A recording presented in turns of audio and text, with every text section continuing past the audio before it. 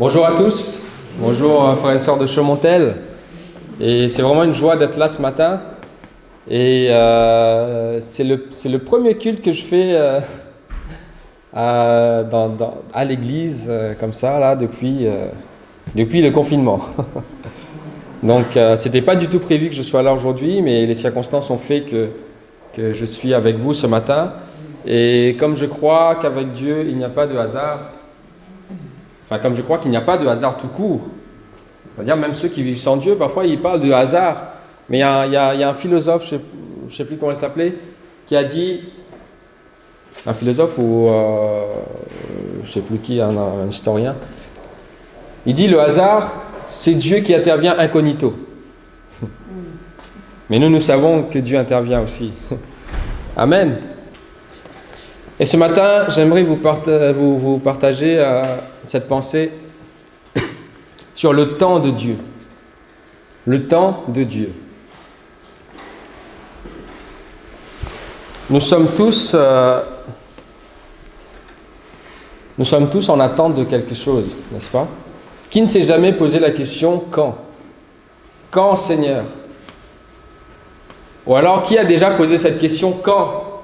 Seigneur, c'est quand? Qui a déjà posé cette question? Il n'y a pas que moi quand même. Peut-être tu ne l'as pas formulé comme ça, mais au fond de toi tu disais mais Seigneur, quand? Quand est-ce que, je ne sais pas ce que tu attends ou ce que tu espères, que tu as demandé, etc. Quand cela arrivera-t-il? Nous allons parler du temps de Dieu. D'abord parler un petit mot sur la notion du temps. Dieu est la notion du temps. Avant de parler le temps de Dieu, on va parler du temps et de Dieu.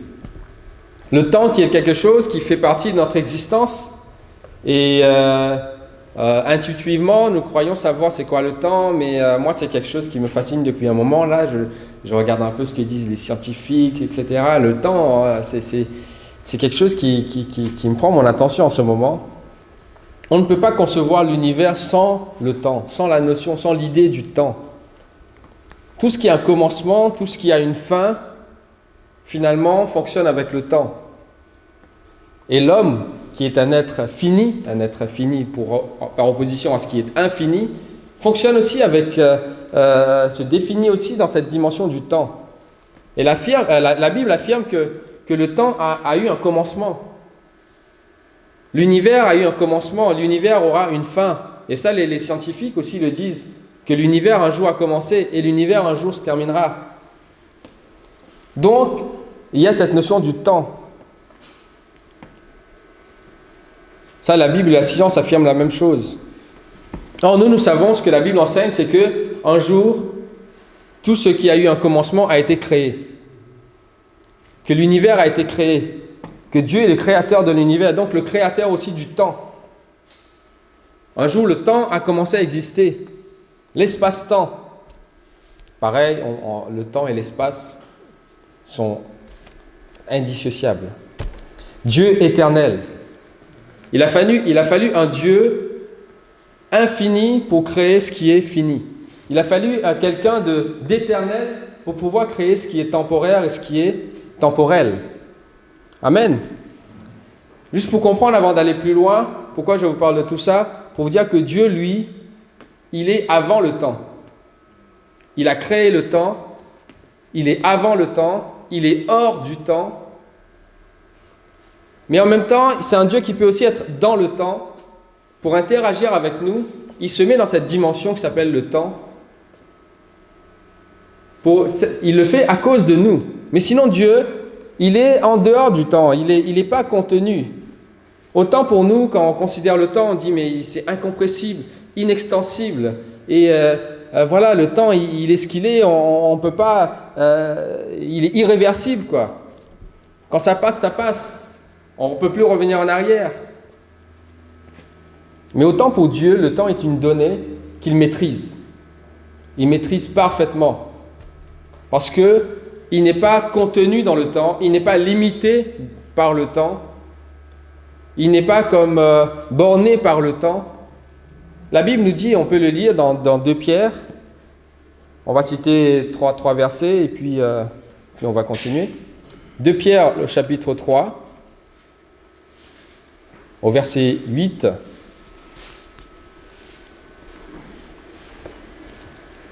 Qui nous dit ceci. Mais il y a une chose, bien-aimés, que vous ne devez pas ignorer. Je vous laisse trouver. 2 Pierre 3, 8. Il est une chose, bien-aimés, que vous ne devez pas ignorer, c'est que devant le Seigneur, un jour est comme 1000 ans. Et 1000 ans sont comme un jour. Vous voyez que l'échelle du temps n'est pas pareille pour Dieu que pour nous. D'ailleurs, pour Dieu, pourquoi nous parlons de temps, de secondes, de minutes, de jours, des années? Parce que notre Terre tourne autour d'elle-même et tout en tournant autour d'elle-même, à chaque fois qu'il fait un tour, c'est un jour. Et puis, il tourne autour du Soleil et à chaque fois qu'il finit de faire un tour du Soleil, ça fait 1 an. Et en fait, le Soleil devient un peu notre référence pour le temps. Mais Dieu, pour lui, il y a 40 000 soleils, 40 000, je limite Dieu là, des milliards de soleils et d'étoiles. Pour Dieu, le temps, il va compter ça comment? Non, Dieu est éternel. Le temps, il peut l'arrêter aussi. Vous vous souvenez de Josué, l'histoire de Josué, qui combat et qui dit « Soleil, arrête-toi ». En fait, c'est pas que le soleil s'est pas arrêté, c'est toute la terre qui s'est arrêtée, tout s'est figé, le temps s'est arrêté, il faut continuer plus tard. Donc le temps est quelque chose que Dieu maîtrise. C'est ça que je veux que vous compreniez déjà là, c'est que le temps est une donnée que Dieu maîtrise. Il y a un autre passage dans Psaume 90, 4 qui nous dit « 1000 ans sont à ses yeux comme le jour d'hier. » 1000 ans passent et pour Dieu c'est une seconde avant. C'est extraordinaire ça. Donc ce que je viens de dire là déjà que par rapport au soleil et tout ça, dans la semaine je regardais un reportage justement sur le temps, comme je vous dis que ça m'intéresse en ce moment. Et les scientifiques ils font des théories aussi pour dire que si quelqu'un voyage dans l'espace, en fait nous on est conditionné ici par la gravité, toutes ces données physiques, scientifiques là. Et si quelqu'un voyage dans l'espace, s'il se trouve à côté dans ce qu'on appelle un trou noir où la gravité est tellement forte que ça aspire tout, si quelqu'un se retrouve dans cet endroit-là, il fait le tour d'un trou noir pendant, je sais pas moi, 1 minute, pour lui il aura passé 1 minute là-bas, mais quand il revient sur Terre, il se serait écoulé 50 ans. Comme quoi déjà... Bon bref, on ne va pas aller plus loin. Ça me dépasse. Mais ça me fascine. Dieu est le maître du temps. Amen. Mais pour nous, le problème, c'est que nous sommes trop pressés. Par rapport au temps, nous sommes pressés. Le temps est pour nous un élément de frustration. N'est-ce pas? Rien ne va assez vite. On est toujours en train d'attendre quelque chose, mais on a l'impression de toujours trop attendre. Que rien ne va assez vite. Parfois, on veut même un bon repas, mais on ne veut pas attendre le temps de cuisson, on ne veut pas attendre le temps, je sais pas moi, de la marinade, le temps. Et un bon repas, ça peut prendre plusieurs heures. À l'époque, un bon repas, ton poulet, d'abord, il faut aller tuer le poulet d'abord. Hein. Tu dois aller courir derrière lui, et le tuer, le préparer, le déplumer, etc., le laver, etc. Et pour avoir un poulet, il faut s'y prendre la veille, quoi. Aujourd'hui, on a le micro-ondes. En 3 minutes, ping, tu as ton poulet. On veut un bon repas, mais on ne veut pas attendre. Tout va trop vite. Et parfois, la nature nous remet un peu à notre place par rapport à ça. Parce que la nature fonctionne aussi avec le temps. Dans la biologie, il y a quelque chose il y a comme une horloge qui est là et qui fonctionne avec le temps, que Dieu a placé ainsi. Moi, récemment, j'ai planté chez moi, planté. Je voulais mettre du gazon, mais je n'ai même pas planté parce que semer, ça allait prendre du temps, justement. Donc, moi, j'ai posé des rouleaux de gazon, quoi. Parce que je me disais déjà, je voulais un gazon qui apparaisse vite, mais semer, ça allait prendre trop de temps. Et j'ai mis un rouleau. Et même là, je trouvais que ça ne prenait pas assez vite. Et qu'est-ce que j'ai fait? Je me suis renseigné, j'ai pris un engrais spécial, soi-disant, et j'ai voulu semer là où je pensais que ça allait pas vite. J'ai mis des engrais, un engrais spécial, et partout où j'ai mis l'engrais, c'est mort. Rien n'a poussé là. Le gazon est mort et le truc il est sec, rien n'a poussé. Et puis là où j'ai rien mis, quelques temps après, un beau gazon vert, elle s'est mis là, etc. J'ai dit, tiens, il fallait juste attendre un peu au fait. Donc la nature, et là je me suis dit, pardon Seigneur, ouais, c'est une leçon là, une leçon de la nature, mais ça veut dire qu'il faut attendre, quoi. Il fallait juste attendre. Et parfois nous faisons pareil avec notre foi, avec nos prières. Nous demandons à Dieu quelque chose, c'est comme si on a mis dans le micro-ondes et puis on veut que 2 minutes après il y a le ting et puis on retire. On fait pareil avec notre foi, avec nos prières. Nous demandons quelque chose et nous voulons l'exaucement peut-être dans l'immédiat. Mais il n'en est pas toujours ainsi. C'est pas comme ça que cela fonctionne. Oups. La foi et la confiance va de pair avec le temps. La foi, la confiance, va de pair avec le temps. Et qui dit temps dit patience. Donc la foi va de pair avec la patience. Pourquoi Dieu, parfois on s'est posé cette question, pourquoi Dieu il attend toujours parfois les dernières minutes, la dernière seconde, il attend le dernier moment pour intervenir dans une situation. Tu as prié, tu as l'impression de combattre pendant longtemps et pour une situation qui reste ainsi, qui ne bouge pas, peut-être qui s'empire même. Et puis à un moment, les choses se règlent, mais tu dis ouf, c'était la dernière minute, c'était le dernier jour, la dernière seconde. Après ça, parce que Dieu, il veut aussi nous enseigner la confiance. La confiance s'acquiert. Nous disons avoir la foi, nous disons croire. Mais la foi a besoin d'être éprouvée aussi, avant d'être approuvée. L'épître de Jacques nous parle de la foi éprouvée. Il dit l'épreuve de votre foi. Donc une foi doit être éprouvée. Pour qu'on l'appelle foi, justement, qu'est-ce qui atteste de notre foi dans la plupart du temps? C'est le temps qui va attester de ta foi. Parce que tu as tenu jusqu'au bout. Tu n'as pas lâché avant parce que tu penses avoir trop attendu. C'est ainsi, comme ça, que va être testé notre attachement à Dieu, notre foi aussi. Dans Matthieu, il est dit, c'est celui qui croira jusqu'à la fin qui sera sauvé. Donc c'est le temps qui attestera vraiment devant Dieu si tu crois en lui, si tu l'attends vraiment, si tu as vraiment cru en ce sauveur-là. Le temps. Hébreux 11, 1 nous dit, donc là on parlait de la foi et de la confiance, la foi doit être éprouvée, avant d'être approuvée. Hébreux 11, 1 nous dit, la foi est une ferme assurance des choses qu'on espère, une démonstration de celles qu'on ne voit pas. La foi est. Et c'est auquel temps? C'est le verbe être, auquel temps? Présent. La foi est une ferme assurance. Donc la foi, quant à elle, se conjugue toujours au présent. Donc je vous ai dit que on demande quelque chose, mais l'exaucement ne se fait pas forcément là tout de suite, aujourd'hui ou demain ou dans une semaine, ou en tout cas quand on l'a demandé. Mais la foi, lui, elle agit maintenant. La foi est une ferme assurance.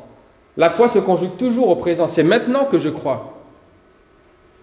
Je demande quelque chose à Dieu, peut-être qu'il va donner dans 10 ans, mais c'est aujourd'hui que je crois. La foi est une ferme assurance des choses qu'on espère, et une démonstration des choses qu'on ne voit pas encore. Je crois maintenant, je crois aujourd'hui. Mais ça ne veut pas dire que tout ce que je demande aujourd'hui sera fait aujourd'hui. Dieu peut le faire aussi. Mais c'est aujourd'hui que je crois, même pour quelque chose qui va arriver dans 10 ans. Amen. L'épreuve de votre foi produit la patience.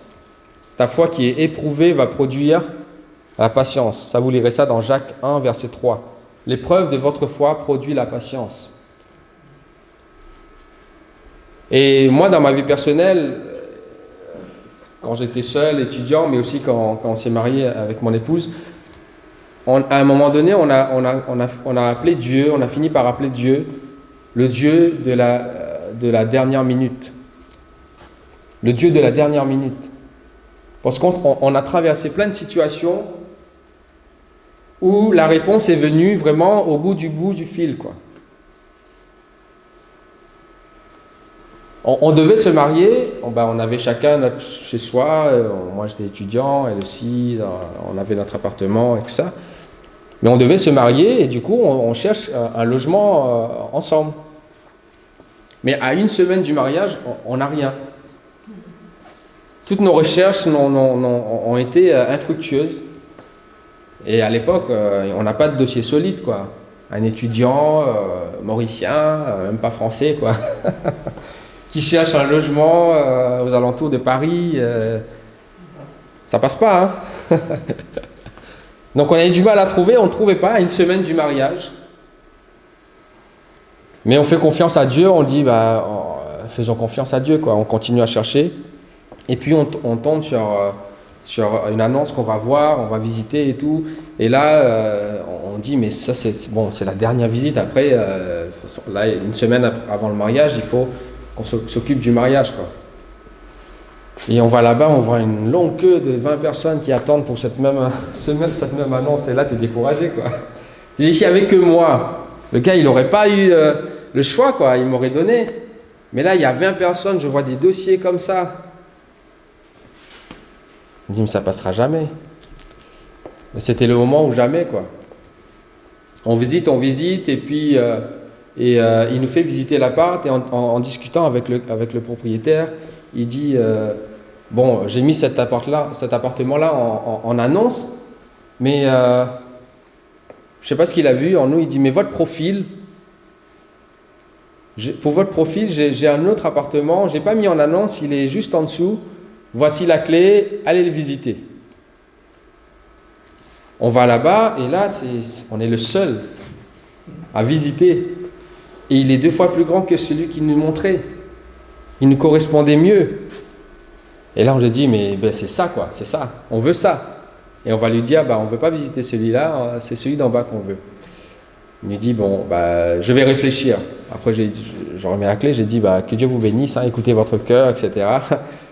Et il nous appelle le lendemain, parce qu'après ça, on ne pouvait plus s'occuper de l'appartement, on ne savait pas comment on allait faire. Et il nous dit que c'est bon, on dit, sur le fil, Dieu de la dernière minute. Mais c'était le bon moment. Concernant la naissance de notre enfant, on a attendu 7 ans.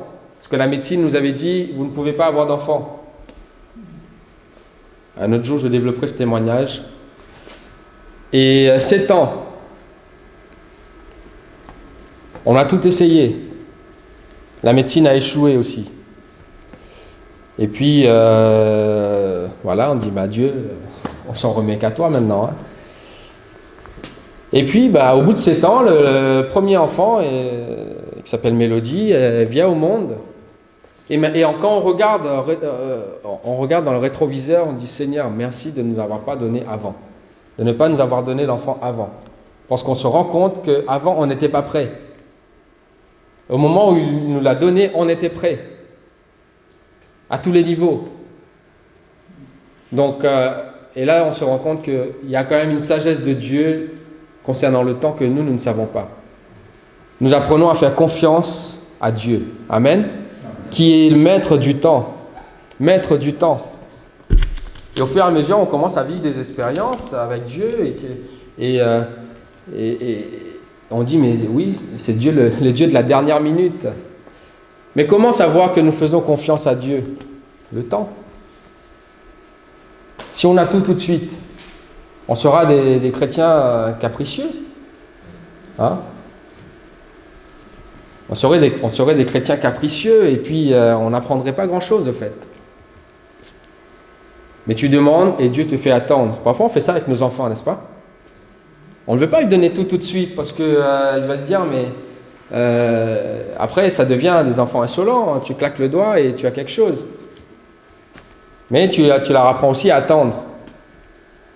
À l'époque, c'était encore plus ça, quoi. Tu demandes quelque chose en février, on te dit, attends Noël. Waouh! Ok, là, tu mets la patience de l'enfant à l'épreuve, là.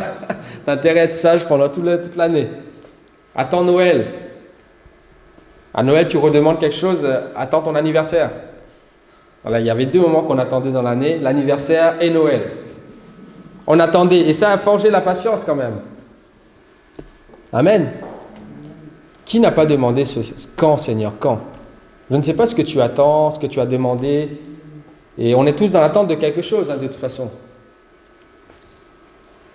Et même si on n'attendait rien, on attend le retour de Christ. Vous savez, les disciples ont demandé à Jésus, mais quand? Tu parles de la fin de temps, tu parles de ton retour, quand est-ce que cela arrivera? Et Jésus va leur dire, mais ce n'est pas à vous de connaître le temps que le Père a fixé d'avance. Amen. Parce que la connaissance de ce temps-là va aussi avec la sagesse. Et les disciples n'avaient pas la sagesse à ce moment-là pour comprendre cela. Ils croyaient que Jésus était là pour renverser de façon militaire, ce serait un chef militaire, etc., qui renverserait à l'époque le pouvoir. Mais ils n'avaient pas compris. Quand, Seigneur? C'est quand? Et le quand nous est souvent caché dans beaucoup de domaines. Le pourquoi aussi nous est caché. On aurait pu faire un autre message sur pourquoi, Seigneur? Pourquoi nous est caché? Le quand aussi nous est caché. Le comment, parfois, nous arrivons à le voir. Mais c'est quand le moment? Quand est-ce que c'est le bon moment? C'est quand le moment opportun? C'est quand la bonne saison? Moi, j'ai commencé à méditer sur ce message parce que pour ma propre vie, j'en avais besoin. Je sais que Dieu m'a mis à cœur des choses que je devais faire à un moment donné, enfin que je devrais faire. Et à une étape de ma vie, il y a des étapes qui sont en attente dans ma vie. Mais je demande à Dieu, mais quand? C'est quand la bonne saison? Je vous renvoie à Ecclésiaste 3 qui nous dit qu'il y a un temps pour tout. Et dans d'autres versions, on peut dire aussi qu'il y a une saison pour tout. Tout fonctionne par saison. Un autre jour, je vous partagerai aussi un autre message sur la saison. Il y a une saison pour tout. Et avec cette question, quand, Seigneur, quand s'accomplira tel plan pour ma vie? Et le problème avec ce genre de questions, c'est que souvent nous avançons, nous réfléchissons et nous prions avec une logique un peu égoïste. Parce qu'on demande à Dieu, quand s'accomplira ton plan pour ma vie? Quand est-ce que ce sera ma saison? Quand est-ce que j'aurai ma bénédiction? Seigneur, quand s'accomplira ma destinée? Vous voyez sur quoi j'insiste? Ma. Oubliant que Dieu n'a pas un plan seulement pour nous, mais il a un plan global. Dieu, au contraire, contrairement à nous, voit plus loin que le bout de son nez. Nous, quand nous demandons quelque chose, quand nous demandons à Dieu, voilà, il nous révèle un plan, nous croyons que ça se passe autour de nous, juste comme ça. Mais Dieu, il a un plan beaucoup plus global. Il a un projet beaucoup plus global, qui peut être pour toute l'humanité même. Ainsi, le plan de Dieu pour ma vie va aussi concerner le plan de Dieu pour la vie de quelqu'un d'autre. Peut-être pour beaucoup d'autres personnes, mais peut-être pour au moins une autre personne. Mais le plan de Dieu ne va jamais concerner que toi, parce que nous sommes limités, nous voyons qu'est-ce qui peut nous concerner. Mais ça va au-delà. Ça va au-delà, cela nous dépasse. Parfois, tu peux prier, tu peux dire, Seigneur, mais moi je suis prêt. Je suis prêt, Seigneur. Qu'est-ce que tu attends encore? Et là, Dieu m'a montré quelque chose, c'est que parfois, Un plan de Dieu, peut-être que toi tu es prêt, mais toutes les personnes concernées, impliquées dans ce plan-là, eux ne sont pas encore prêts. Et là tu attends. Et là tu dois attendre. Tu rentres dans une phase d'attente de confiance. Je vais prendre un exemple qui va être peut-être parlant. Est-ce qu'il y a des célibataires ici? Ok. Des célibataires avec des projets peut-être. Mais peut-être tu es à la recherche d'un conjoint, je ne sais pas. Une conjointe. Et là tu demandes à Dieu, Seigneur, voilà, prépare-moi ou envoie-moi quelqu'un, etc. Et peut-être tu vas lister les critères et tout. Et après tu vas dire, mais Seigneur, moi je suis prêt. Mais tu oublies que là, il y a deux personnes à être prêtes. Il y a toi, tu dois être prêt, mais il y a l'autre personne aussi qui doit être prêt. Et Dieu va être en train de le préparer aussi. Donc tu n'es pas seulement, il n'y a pas que toi qui es concerné par ce plan pour ta vie, il y a au moins deux personnes concernées. Et nous ne sommes pas tous prêts au même moment, au même endroit. Amen. Chacun a son cheminement. Après, les chemins se croisent, mais chacun a son cheminement. Et Dieu attend que les autres personnes soient concernées, soient prêtes. Il le prépare. Amen. Donc tu peux être prêt toi, mais la personne concernée n'est pas encore prête. Et parfois, du coup, on n'attend plus, on trouve que l'attente est longue, et les jeunes, ils s'impatientent, et là, vous faites des erreurs. Et là, vous faites les mauvais choix. Et ce fut le cas d'Abraham. Pourtant, Dieu lui avait dit, le temps est fixé. Dans Genèse, vous allez lire l'histoire d'Abraham et de Sarah, au Genèse chapitre 21, verset 2, Dieu a fixé. Alors que je l'ai dit ça ce matin, Dieu avait déjà fixé le temps pour Isaac. Mais c'était long à attendre pour Abraham. Du coup, dans son impatience, il est passé par un autre chemin. Et c'était le mauvais choix. Et là, il a fait une grosse erreur. Il en est des mêmes pour le ministère. Ceux qui peut-être sentent un appel dans le ministère, peut-être que vous sentez que Dieu vous appelle à quelque chose dans son royaume, un ministère particulier, je ne sais pas. Tu ressens l'appel. Et parfois, tu te prépares et à un moment donné, tu te sens peut-être même prêt. Mais autour de toi, rien ne bouge. Autour de toi, il ne se passe rien. Et là, dans l'impatience, tu peux faire des mauvais choix. Mais Seigneur, je suis prêt. Qu'est-ce que tu attends encore? Qu'est-ce que tu attends? Mais n'oublie pas que dans ton ministère, un ministère ne marche jamais seul. Il y a des gens que Dieu va impliquer aussi sur ton chemin, dans ce parcours-là. Il y a des gens que Dieu va mettre sur ton chemin, mais qui, eux, sont en train d'être préparés. Mais si tu vas trop vite, tu risques de passer à côté. Donc, toutes les personnes impliquées d'une façon ou d'une autre, concernées par ce ministère, peut-être que, je ne sais pas, je prends l'exemple, quelqu'un qui a l'appel, il dit l'appel d'être pasteur, etc. Mais un pasteur, il travaille avec une équipe. Et Dieu, il a préparé cette équipe de choc pour travailler avec toi. Mais il faut attendre que tout le monde soit prêt. Peut-être parmi ceux-là, il y en a qui ne sont même pas encore chrétiens. Ils sont quelque part, je ne sais pas, ils sont dans leur vie quelque part. Peut-être leur temps, c'est l'année prochaine pour être chrétien. Et puis il y a tout ça. Et Dieu dit, attends, ton ministère, c'est dans 8 ans. Lui, il n'est pas prêt. C'est un exemple. Mais il ne s'agit pas que de nous. Prenez cela en compte dans vos prières. Ne soyez pas égoïstes. Priez pour vous, mais priez aussi, mais Seigneur, prépare toutes ces personnes. Tu les connais, toutes ces personnes. Voilà, à un moment donné, Steve devait croiser ma route, etc. Extraordinaire. Il vous a parlé du pasteur Makita, mais c'est son grand frère qui est qui me suit dans ma formation pastorale.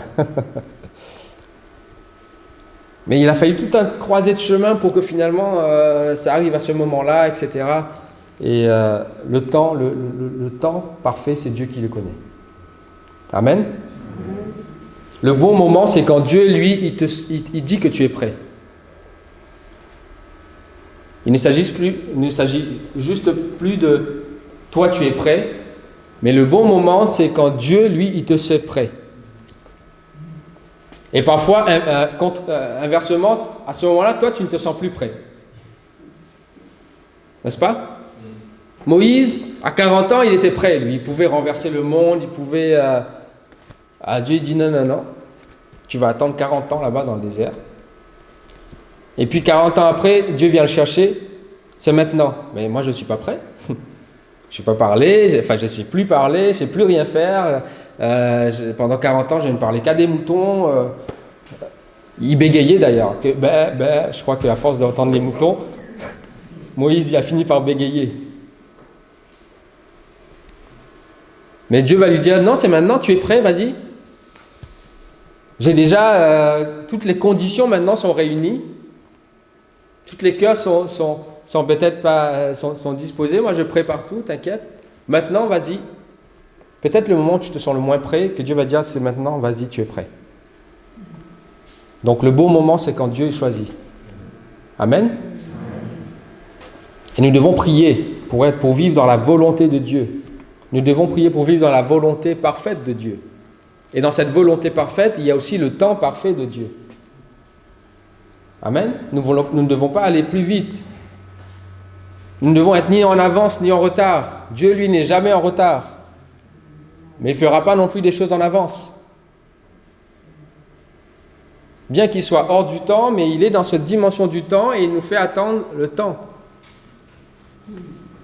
Autant pour nous, des choses peuvent être longues, mais pour Dieu, dans son plan éternel, on a lu au début, 1000 ans c'est un jour. Depuis que Jésus est ressuscité, il s'est passé 2 jours. Enfin, vous voyez un peu. Il dit, je reviens bientôt, mais c'est quand? Mais attends, il s'est passé que 2 jours là. Et pour nous, c'est long. Hein. Maintenant, imaginez notre vie là de 80, 90 ans, 100 ans, c'est rien du tout. Quand vous y réfléchissez, dans l'éternité, mais notre vie, c'est le millième d'une goutte d'eau, quoi. Et dans les psaumes, c'est dit un peu partout, voilà, nous sommes comme l'herbe, on paraît un jour et demain on n'est plus là. Et... Oh Seigneur, le temps parfait de Dieu. N'oublions pas qu'il est le maître du temps. Les choses peuvent sembler traîner. Ça, c'est à notre échelle. C'est un jugement à notre échelle. Mais devant Dieu, les choses ne traînent pas, les choses avancent. Et nous faisons confiance au temps de Dieu. Joseph, on va prendre Joseph comme exemple. Joseph eut un rêve. Et peut-être notre frère peut nous accompagner un peu. On va aller vers la fin. Joseph fait un rêve où il a un futur glorieux. Il fait un rêve, il va être quelqu'un de grand, quelqu'un d'important. Il le raconte d'ailleurs à ses frères et peut-être même là, ce n'était pas le bon moment de raconter à quiconque. Donc il raconte ce rêve à tout le monde qui sera quelqu'un de grand. Mais après on voit que les années qui vont suivre, ce n'est que des événements négatifs dans sa vie. Ce n'est que des mésaventures. On commence par le vendre, on le jette dans un puits, on le vend comme esclave, et puis il devient un serviteur là-bas, on l'accuse, et puis il finit en prison. Là, il s'est passé une bonne dizaine d'années, si ce n'est plus. 10 à 15 ans, depuis son rêve. 10 à 15 ans après, il est où? Il est en prison. Mais que se passe-t-il? Et là, il peut se dire, mais Seigneur, tu m'as donné un rêve, cela venait de toi, j'ai la conviction que cela vient de toi. Mais 15 ans et je suis en prison? Quand, Seigneur? Quand est-ce que cela s'accomplira? Et là, Joseph aurait pu se dire, mais ça va prendre encore 20-30 ans là pour que maintenant que je suis prisonnier, pour que je devienne cette personne importante. Il ne savait pas de quoi il s'agissait. Peut-être qu'il croyait même que ça se passait en Israël et maintenant il se retrouve en Égypte. Il dit, ça va peut-être prendre encore 20, 30 ans, 40 ans, je ne sais pas, avant que ce rêve se réalise. Mais il ne savait pas que derrière toutes ces mésaventures, en guillemets, pareil, c'est une description humaine, mésaventures. Derrière toute cette période de crise, la crise aussi, c'est une description humaine. Vous voyez, la dernière fois, quand on était au début du confinement, on parlait de crise, c'était une situation de crise quand même, hein, que voilà, on est obligé de rester à la maison, tout est fermé, situation de crise. Mais la crise, c'est notre description à nous. Et je disais, quand je regardais les oiseaux devant chez moi, il n'y avait pas de voiture dehors, l'air était pur.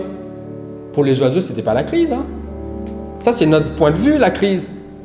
Les oiseaux, ils disent, waouh, on est libre, l'air est pur, volons. On n'a jamais entendu chanter les oiseaux comme ça depuis qu'on était en confinement.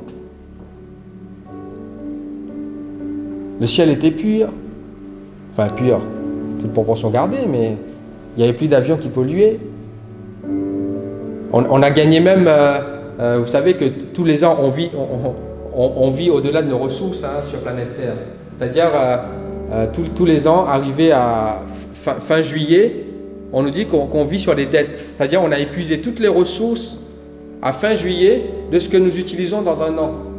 Mais cette année, cette date-là s'est reculée d'un mois. Donc on a moins gaspillé de ressources sur la Terre, mais pour nous c'est la crise, mais si on considère d'un autre point de vue, c'est pas la crise. Bref, je disais donc pour Joseph, de son point de vue, c'était catastrophique. C'était la loose. Il devait être quelqu'un de grand, mais le voilà en prison. Combien de temps ça va encore prendre? Mais il ne savait pas que Dieu était derrière tout ça, qui était aux maîtrises. Dieu était à la maîtrise du temps et des circonstances. Daniel nous dit, dans Daniel, au chapitre 2, verset 21, notez-le ce verset, il dit, c'est lui, Dieu, qui change les circonstances et les temps. Amen. Moi, ce verset-là m'a beaucoup encouragé plein de fois. Dieu qui change les circonstances et les temps. Et voilà que Joseph, du jour au lendemain, le matin, il se réveille prisonnier. Le soir, il se couche gouverneur. Amen. Et voilà qu'en une journée, Dieu va lui faire rattraper 15 ans qu'il croyait avoir perdu. Un jour pour rattraper 15 ans. Un jour pour rattraper 20 ans. Peut-être que tu te crois en train de dépérir, à attendre. Je ne sais pas ce que tu attends. Je ne sais pas pourquoi tu as prié. Peut-être que tu as prié pour la conversion d'un de tes enfants.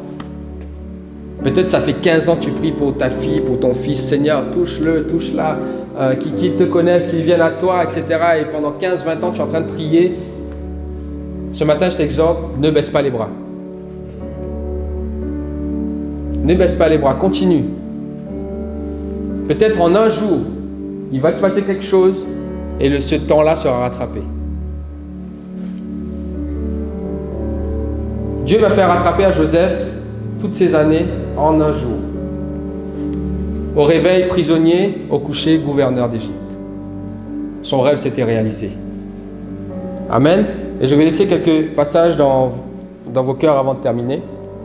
2 Pierre, chapitre 3, verset 9.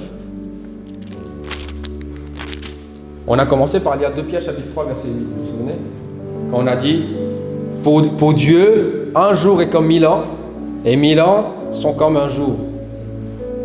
D'ailleurs, une petite parenthèse, il y a un astrophysicien chrétien que j'écoute beaucoup et qui expliquait à travers ce verset comment Dieu expliquait pourquoi Dieu il peut entendre simultanément 7 milliards de personnes qui prient en même temps. Il y a même là, allez, on n'est pas 7 milliards, mettons on est dans une salle de 2000, on prie tous ensemble 2000 et Dieu il peut entendre chacun individuellement. Il peut, mais comment il fait ça? Mais on n'a pas la même dimension avec Dieu du temps et de l'espace. Un jour est comme 1000 ans, 1000 ans est comme un jour. Il prend un jour, il fait 1000 ans. Il prend 1000 ans, il peut zoomer. Il peut zoomer sur une situation et faire en sorte que, à cet instant-là, il n'y a que toi. Bon, bref. Ça, c'est encore quelque chose que je dois fouiller.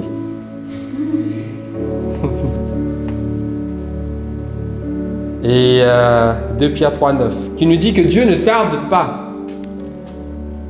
Tu peux le dire avec moi? Dieu ne tarde pas. Parce que parfois, c'est les reproches qu'on fait à Dieu.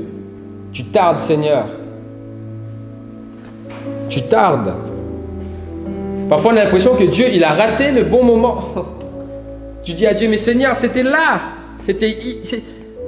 Mais Seigneur, tu as raté l'occasion là. On va commencer maintenant à conseiller Dieu. Tu aurais dû faire ça là, comme ça. C'était le bon moment. Regarde, il était là. C'était le moment de le faire là. Mais il nous dit que Dieu ne tarde pas. Il ne tarde pas dans l'accomplissement de la promesse. Promesse qu'il t'a fait au travers de sa parole. Promesse que tu as peut-être entendue d'une parole de connaissance qui t'a été donnée. Une promesse t'a été donnée. Et peut-être tu commences à perdre espoir avec cette parole parce que tu te dis, ça tarde trop.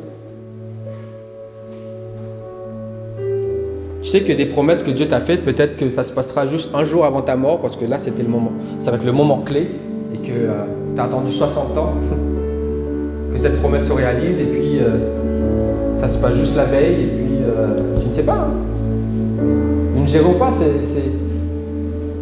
Il y a des données que nous ne pouvons pas gérer. Hein. Ça nous dépasse. Un jour, on saura, on aura de quoi explorer hein, quand on sera avec Dieu dans le ciel. Dieu ne tarde pas dans l'accomplissement de la promesse, comme quelques-uns le croient, mais il use de patience envers vous, ne voulant qu'aucun périsse. Vous voyez, là, c'est encore la preuve que Dieu il a un plan non seulement pour nous, mais un plan pour toute l'humanité.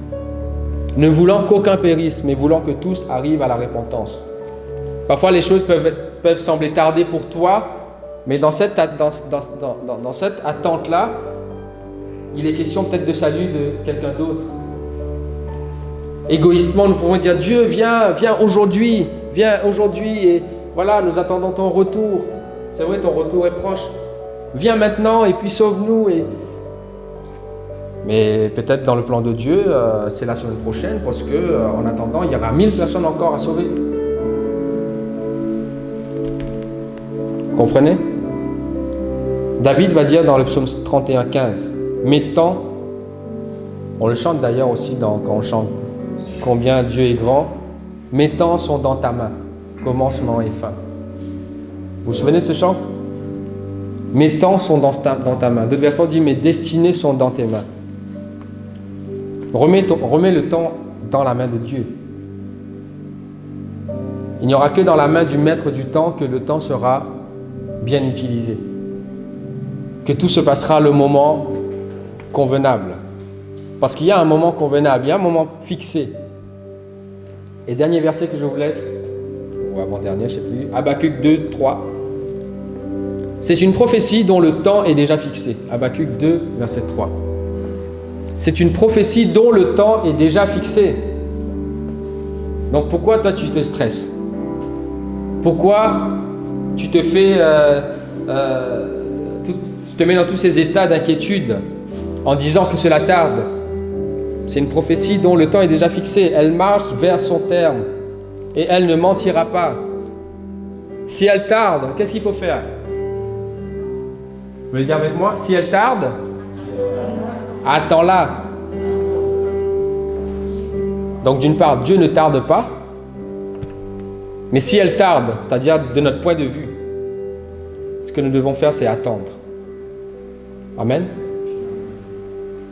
Parce qu'elle s'accomplira. Elle s'accomplira certainement. Est-ce que tu es fatigué d'attendre? Est-ce que tu es lassé d'attendre? Peut-être c'est le cas. Tu dis, bon, j'attends plus parce que c'est plus la peine, quoi. Tu te dis, Dieu, il a raté l'occasion. C'était là-bas, quoi. Il aurait dû faire ça le mois dernier, il ne l'a pas fait. Moi, j'attends plus. Non. Relève-toi. Fais confiance au temps de Dieu. L'impression que les choses traînent ou les choses coincent n'est parfois qu'une impression. Le bon moment viendra où tout va se débloquer. En un clin d'œil parfois. En un jour. Tu te dis 20 ans que je me bats pour ça. Et il fallait un petit déclic, un jour, quelque chose qui fait débloquer tout. Et gardez cette parole dans Ecclésiaste 3, verset 11, qui dit que Dieu fait toutes choses belles quand? En son temps. C'est-à-dire, dans le temps de Dieu, il n'y a pas des choses ratées, il n'y a pas des choses moches, il n'y a pas des choses à peu près bon. Nous, quand on fait à peu près bon. Vous voyez, si j'avais laissé mon gazon en son temps, il y aurait un bon gazon. Mais moi, en mon temps, il y a eu des choses mortes. Maintenant, il faut que je découpe, que j'enlève. Maintenant, il faut que je ressème, quoi. Mais en son temps, Dieu fait toutes choses bonnes et belles. Il n'y a pas de raté. Il n'y a pas d'à peu près. Il n'y a pas de je ferai mieux la prochaine fois. Non, Dieu, quand il fait, c'est en son temps et c'est bon. Amen. Donc fais confiance. Le conjoint que tu attends, ce sera en son temps et ce sera le bon. Ce ne sera pas j'essaye. Ce sera le bon. Amen. J'ai l'impression de vous avoir pris un peu de temps. Mais j'ai une dernière chose à dire. Une dernière chose. Donc là, j'ai parlé du temps, de la patience, des choses qu'on attend de Dieu, qu'on a demandé et qu'on a l'impression qu'il tarde, etc. On doit attendre. Mais avec Dieu, il y a aussi autre chose. Dans Hébreux 4, au verset 7, il nous dit, il y a un jour que Dieu a fixé concernant sa parole, concernant le salut de ton âme. Il y a un jour que Dieu a fixé. C'est quoi ce jour? Vous le savez ou pas? Ah bah tiens, c'est écrit. Quand? Vous lisez ou pas? Dieu a fixé de nouveau un jour. C'est quoi ce jour? Aujourd'hui. Autant il y a des choses, il y a des promesses pour qui il y a un temps fixé, autant concernant le salut, quand tu l'entends aujourd'hui, concernant la repentance, concernant le retour vers Dieu, c'est aujourd'hui. Parce qu'il dit, si aujourd'hui tu entends, si vous entendez ma voix, n'endurcissez pas vos cœurs. Si aujourd'hui tu dois dire pardon à Dieu, fais-le aujourd'hui. Pour ça, tu n'attends pas le bon moment dans quel jour. Parce qu'aujourd'hui tu es là, demain je ne sais pas où tu seras. Aujourd'hui tu es vivant, demain je ne sais pas. Donc si aujourd'hui tu dois prendre une décision pour ta vie, il faut le faire aujourd'hui. Concernant l'espace-temps, pour Dieu, il nous dit 3 choses. Il y a 3 choses importantes. Donc aujourd'hui, il y a un temps, c'est aujourd'hui. Il y a un lieu, c'est où? C'est ici. Il dit non, mais demain, quand j'irai, je me fermerai dans ma chambre et puis j'appellerai Dieu, etc. Non. Parce que demain, je ne peux pas te garantir demain. Je n'ai pas de garantie là-dessus. Il y a une chose dont je peux te garantir, c'est là, ici, là. Et il y a un moment. C'est quand? C'est maintenant. Il y a donc aujourd'hui, il y a ici, et il y a maintenant. Donc si tu dois revenir à Dieu, peut-être tu t'es éloigné de Dieu, je ne sais pas, mais si tu veux prendre une décision pour revenir à Dieu, pour dire pardon à Dieu, pour te repentir, pour remettre ta vie en règle, c'est aujourd'hui, c'est maintenant, c'est ici. Amen. Et nous allons prier. Peut-être nous allons prendre ce chant ici et maintenant. Tiens.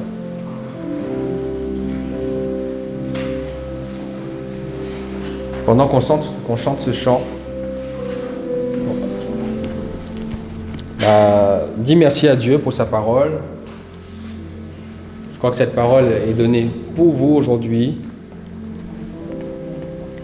Et que Dieu t'encourage, sois encouragé, sois fortifié dans cette attente dans laquelle tu te trouves. Tu es comme dans un sas. Dans un sas, tu attends, tu es entre phase A et phase B. Tu dis, c'est bon, j'ai quitté phase A, mais j'attends phase B. Et là, tu te trouves un peu entre deux, comme dans un sas. Et tu te dis, mais c'est quand, Seigneur? Donc là, tu attends. Tu rentres dans une phase d'attente et de confiance. Fais confiance au temps de Dieu. Il ne tarde pas. Il l'accomplira. Et puis, concernant ta vie personnelle, concernant ta consécration personnelle, je t'invite à revenir à Dieu. Si tu n'as jamais donné ton cœur à Dieu, tu peux le faire maintenant aussi. Tu dis tout simplement, Seigneur Dieu, je viens à toi parce que tu es celui qui est le maître de tout. J'ai entendu ce matin, le maître du temps, le maître de l'espace, le maître de ma vie. Seigneur, à qui d'autre puis-je me confier ma vie? Qui d'autre saura mieux diriger ma vie que toi, Seigneur? Parce qu'il y a des données que moi je ne gère pas, je ne maîtrise pas, mais que toi tu maîtrises parfaitement. Tu changes les circonstances, tu changes les temps. Seigneur, à quel autre irions-nous, Seigneur? Et là je comprends cette parole de Pierre, mais Seigneur, à quel autre irions-nous si ce n'est qu'à toi, Seigneur? Parce que tu as les paroles de la vie éternelle. Merci Jésus, que ton nom soit glorifié.